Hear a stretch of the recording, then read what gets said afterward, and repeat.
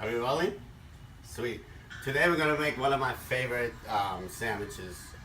For this one, it's a steak and cheese. My little touches to it are gonna make it taste really good. I cook it with honey, a lot of fresh herbs and spices, a lot of fresh veggies, fresh cheese, grated cheese, and fresh bread.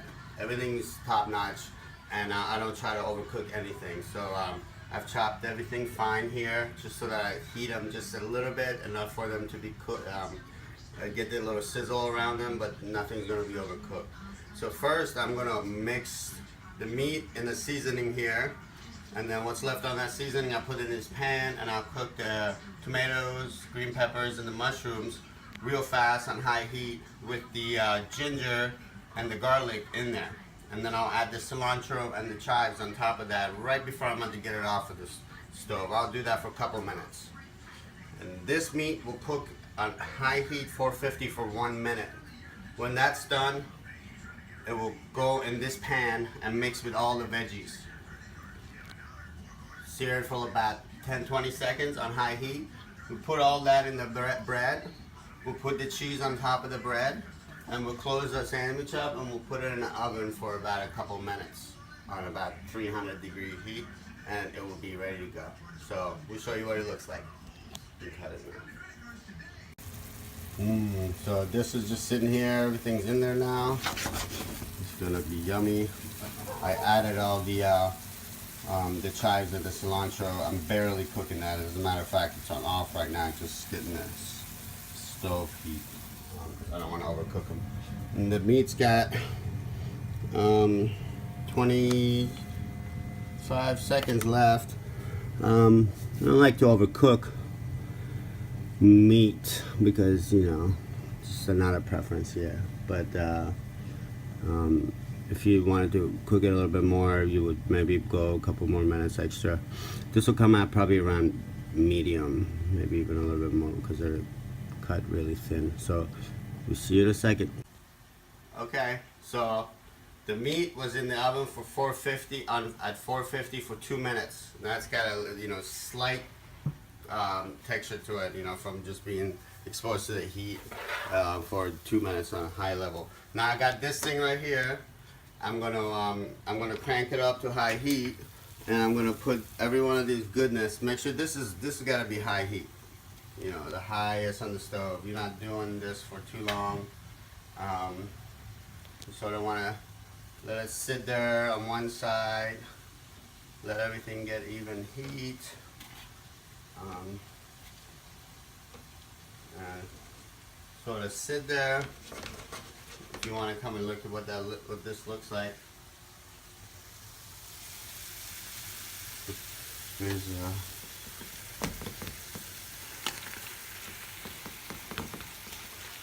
and then now you can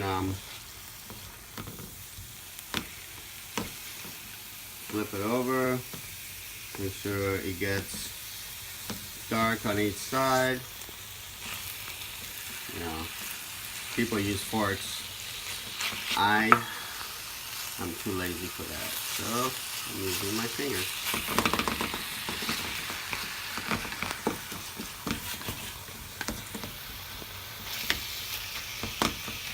So this is all on high heat, okay? So just let it sit here. Make sure you don't get any, this is where you add your own touch to it, as far as what temperature you want. I know that this is pretty much where I want it. So I'm just gonna do one more flip. Once I do that, I think I'm where I want to be. And the last step is I'm going to crank the oven to 300, and for 4 minutes. I'm going to have that ready, and then this will be my sandwich.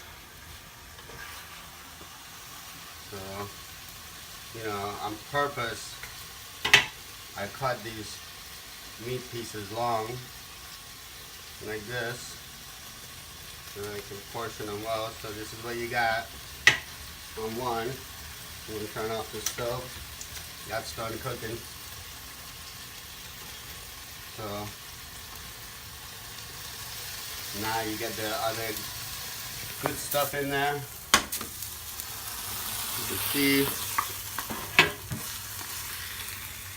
Try to give everything a piece of meat here. And now this is where the magic happens right here.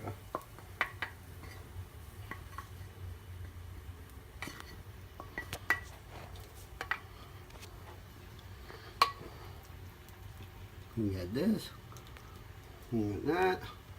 See, this is fresh Parmesan cheese. Fresh, fresh, fresh. Not in a can. No, none of that cheap stuff. And this is fresh pepper jack. Grate it. Get a good even spread. Make sure you don't get clumps of cheese. Unevenness for those of you with OCD. So this is where you put that down like this. Not taking the extra dough out of the inside of that. So everything fills really well in here. And this thing, with a little squeeze, it's ready for our 4 minutes at 300. So here are our steak and cheese sandwiches, and just grab one right here. Toasty bread. This is gonna look and taste so good. So, bon appetit.